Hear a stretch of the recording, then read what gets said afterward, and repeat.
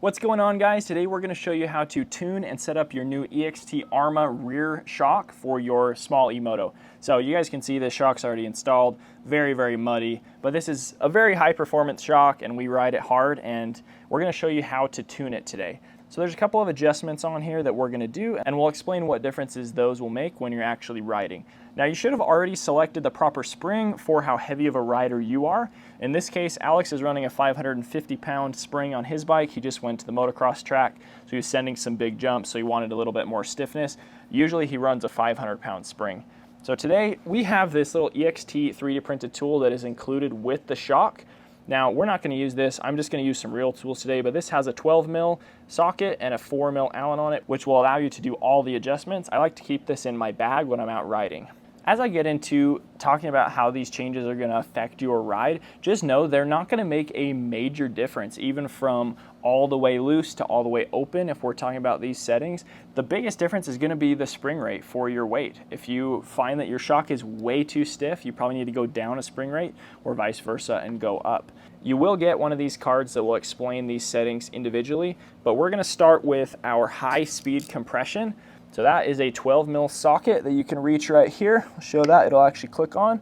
And essentially you have lefty-loosey, righty-tighty. So you've got open and closed, what it's called. And so if we go all the way left, that's gonna be all the way open. If we go all the way right, you can actually see this click. 1, 2, 3, 4, 5, 6, 7, 8, 9, 10, 11, 12, 13, 14, 15, 16, 17.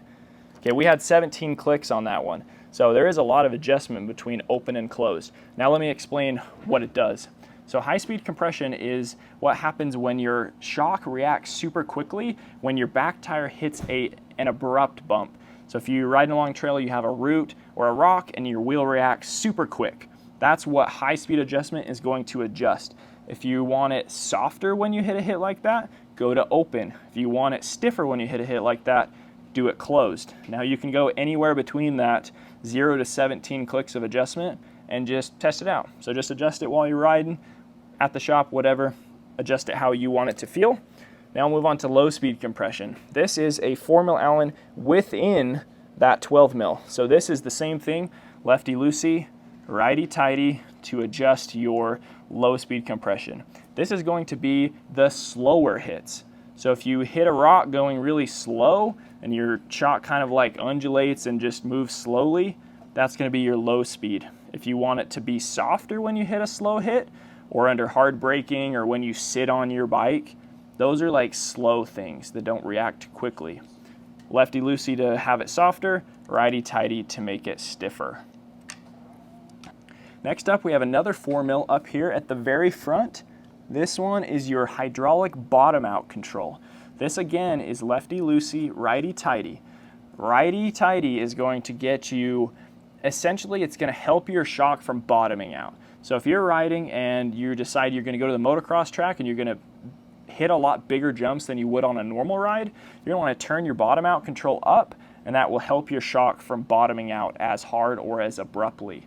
Now, if you're never hitting big bumps and you want your shock to be able to use a little bit more of its travel when you're not hitting big hits, then you would go all the way lefty-loosey on that. Our last adjustment is going to be our rebound. So this is down at the bottom. Now depending on your bike, it's either right here or it's right here. Now when you're mounting this shock, you can just spin the entire bottom to make it fit right. On the Talaria specifically, it's on the bottom. It's this little knob, if you guys can see that. So that is, again, kind of righty-tighty, lefty-loosey. It's sort of hard to remember which direction you're turning it when it's upside down. But one way is going to make your shock return faster. One way is going to make it return slower. This is one I would say makes the biggest difference of any of these adjustments.